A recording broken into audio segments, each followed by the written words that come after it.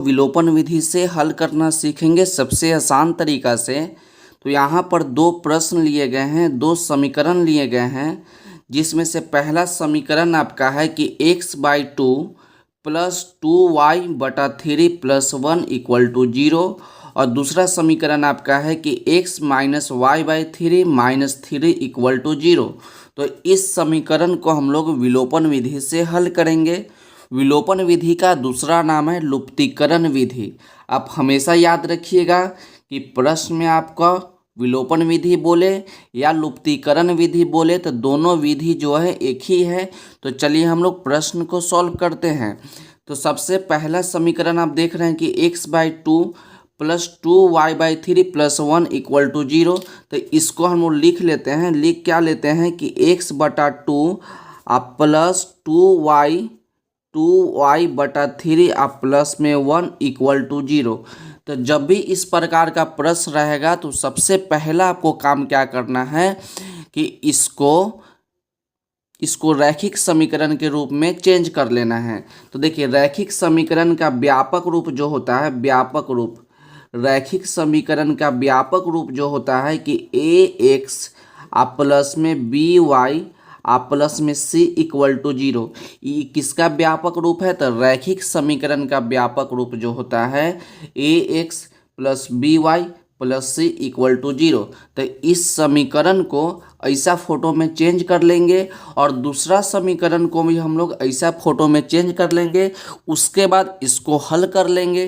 तो देखिए, तो यहाँ पर 2 और 3 का जब एलसीएम नहीं निकलता है तो आप क्या करते हैं, इस 3 से गुना हम इसमें कर देंगे, फिर इस 2 से गुना इसमें कर देंगे और नीचे का गुना नीचे कर देंगे। तो देखिए यहाँ पर ये आपका x/2 है तो x/2 लिख दीजिए, प्लस 2y/3 है तो आप 2y/3 लिख दीजिए, इक्वल टू यहाँ पर आपका प्लस में 1 है तो इक्वल टू के उस साइड ले जाएंगे तो आपका माइनस में 1 हो जाएगा। -1 के नीचे कुछ नहीं है तो 1 तो है। अब इसका एलसीएम लीजिए तो आपको क्या बताए कि इसका गुना इसके साथ, इसका गुना इसके साथ और नीचे वाला का गुना करके नीचे लिख देंगे। तो 3 को गुना करेंगे x के साथ तो आपका 3x हो जाएगा। जोड़ है तो जोड़ लिखिए। 2 का गुना इसके साथ करेंगे तो 2 में 2 से गुना करेंगे तो आपका 4y हो जाएगा। अब बटा में आपका क्या है, इसको गुना कीजिए। 2 में 3 से गुना करेंगे तो आपका 6 हो जाएगा, इक्वल टू -1 बटा में 1। उसके बाद क्या करते हैं, क्रॉस गुना कर लेते हैं। तो क्रॉस गुना इसमें कर लीजिए, इतना को गुना 1 से तो आपका हो जाएगा 3x आप प्लस 4y इक्वल टू 6 को -1 से गुना करेंगे तो आपका हो जाएगा -6। तो देखिए आपका इस प्रकार के फोटो में आ गया ax प्लस by, इसको इधर बुला लेंगे तो प्लस में 6 = 0। तो इसको मान लेंगे अब समीकरण 1। अब दूसरा समीकरण को देखिए। दूसरा समीकरण आपका है कि x माइनस वाई बटा में 3 और -3 = 0। तो देखिए क्या करते हैं, x है तो x लिखिए, -y बटा में 3 इक्वल टू की इधर देख रहे हैं कि माइनस में 3 है तो उधर ले जाएंगे तो आपका प्लस में 3 हो जाएगा। x के नीचे कुछ नहीं तो 1 और इसके नीचे भी कुछ नहीं तो 1। तो वही नियम लगाएंगे, x को 3 से गुना करेंगे तो आपका 3x -1 को y से गुना करेंगे तो y। अब बटा में क्या हो जाएगा, 1 को 3 से गुना करेंगे तो 3 = 3।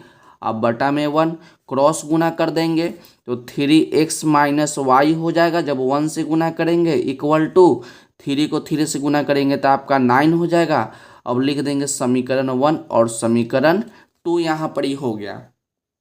तो दोनों समीकरण को हमने क्या किया, दोनों समीकरण को हमने व्यापक रूप में चेंज कर लिया, ax plus by plus c = 0 के रूप में चेंज कर लिया। अब हम लोग समीकरण 1 और समीकरण 2 को हल करेंगे। तो यहाँ पर लिखेंगे समीकरण 1 तथा 2 से। तो समीकरण 1 और 2 को लिख लीजिए। तो समीकरण 1 आपका है कि 3x आप प्लस 4y = -6 आपका 1 हो गया। और समीकरण 2 आपका हो गया कि 3x आप -y = आपका 9 हो गया। ये आपका समीकरण 2। अब इस समीकरण को हमको क्या करना है कि विलोपन विधि से हल करना है। विलोपन विधि का दूसरा क्या नाम है, तो विलोपन विधि का विलोपन विधि का दूसरा नाम है लुप्तीकरण विधि। तो लुप्तीकरण से यह स्पष्ट हो रहा है कि क्या, कि लुप्त कर देना, गायब कर देना। तो गायब क्या करना है कि यदि यहाँ पर ही हम लोग x को गायब कर देंगे तो y का मान मिल जाएगा, जब y को गायब कर देंगे तो x को मान मिल जाएगा। तो गायब करने के लिए क्या कंडीशन है कि ऊपर नीचे दोनों बराबर होना चाहिए। आपका x वाला और x वाला को यदि गायब करेंगे तो ऊपर नीचे बराबर होना चाहिए, यदि y वाला को गायब करेंगे तो ऊपर नीचे y बराबर होना चाहिए। लेकिन यहाँ देख रहे हैं कि x16 को हम लोग गायब करेंगे तो देख रहे हैं कि यहाँ भी आपका 3x है और यहाँ भी आपका 3x है, लेकिन दोनों क्या है, ये भी आपका 3x प्लस में और ये भी आपका 3x प्लस में।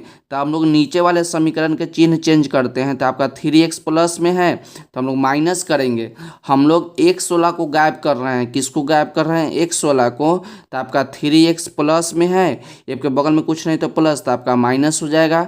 ये माइनस है तो आपका प्लस हो जाएगा। ये आपका प्लस में है, 9 आपका प्लस में, तो आपका माइनस हो गया। तो हम लोग x16 को क्या किए, x16 को हम लोग घटाए हैं, तो यहाँ लिख देंगे घटाने पर, घटाने पर। तो इस प्रकार से लाइन खींच दीजिए। तो देखिए प्लस में 3x और माइनस में 3x, तो आपका कट जाएगा। ऊपर आपका बच गया प्लस में 4y, तो लिख दीजिए प्लस में 4y। अभी आपका माइनस में y नहीं बचा, ये आपका हो गया प्लस में y। तो यहाँ लिखेंगे प्लस में y इक्वल टू, यहाँ पर ही आपका है -6। अब आपका 9 जो है आपका हो गया माइनस में, तो माइनस आपका 9। अब इसको जोड़ दीजिए 4y प्लस में y, तो आपका हो जाएगा 5y इक्वल टू माइनस में 6 और माइनस में 9, तो आपका कितना हो जाएगा, माइनस में आपका 15 हो जाएगा। तो y इक्वल टू -15 और 5 आपका गुना में है तो आपका भाग में चल जाएगा। यहाँ पर आप 5 लिखिए। 5 से 15 कितना बार में कट जाएगा, 5 से 15 आपका 3 बार में कट जाएगा। तो y का मान आपका आ गया -3। अब इस y का जो मान आया हम लोग समीकरण 1 में रख लेंगे या समीकरण 2 में रख लेंगे और x का मान निकाल लेंगे। तो यहाँ पर हम लोग लिखेंगे कि y बराबर -3 समीकरण, y बराबर -3 समीकरण 2 में रखने पर। वो आपके मन के ऊपर है कि आप किस में रखना पसंद करेंगे। आप समीकरण 1 में भी रख के x के मान निकाल सकते हैं या समीकरण 2 में भी रख के x के मान निकाल सकते हैं। तो समीकरण 2 आपका क्या है, समीकरण 2 आपका है कि 3x minus Y equal to 9। तो y का मान कितना रखेंगे, y का मान हम लोग रखेंगे -3। तो 3x माइनस वाई के जगह पे -3, तो ब्रैकेट लगा देंगे -3 इक्वल टू आपका 9। तो 3x माइनस माइनस आपका +3 इक्वल टू आपका 9। तो 3x इक्वल टू 9 आपका प्लस में 3, तो इक्वल टू को उधर जाएगा तो आपका माइनस में 3। तो 3x इक्वल टू आपका 9 में से 3 जाएगा आपका 6। तो x इक्वल टू हो जाएगा 6 बटा में आपका 3, काट दीजिएगा तो आपका 2। तो x का कितना मान आ गया, x का मान आपका हो गया 2। तो यहाँ पर लिख देंगे हम लोग कि x बराबर 2 और y बराबर कितना, y बराबर -3। यही आपका आंसर हो गया। तो इस प्रश्न को हम लोग बहुत ही आसान तरीका से सॉल्व किए। तो आप हमेशा याद रखिएगा कि जब भी हम लोग लुप्तीकरण विधि से या विलोपन विधि से हल करेंगे तो हल करने का तरीका होता है कि x वाला को बराबर करके x को काट दे या y वाला को बराबर करके y को काट दे। मतलब यही कहने का मतलब है कि x वाला को गायब करेंगे तो y का मान निकलेगा, y को गायब करेंगे तो x का मान निकलेगा। तो अभी हम 3 या 4 वीडियो और आपके लिए लेकर आएंगे जो कि आपका विलोपन विधि पर आधारित होगा। और सभी वीडियो में आप देखिएगा कि सभी वीडियो में अलग अलग टाइप का प्रश्न होगा, अलग अलग तरीका का प्रश्न होगा। तो चलिए, ये आपका पार्ट 2 था। इससे पहले हम पार्ट 1 को सॉल्व कर चुके हैं। तो आज की वीडियो के लिए बस इतना ही। मिलते हैं अगले वीडियो में। यदि वीडियो अच्छा लगा हो तो वीडियो को लाइक कीजिएगा और चैनल पर नए हैं तो चैनल को सब्सक्राइब कीजिएगा। तो पढ़ते रहिए और बढ़ते रहिए। मिलते हैं अगले वीडियो में।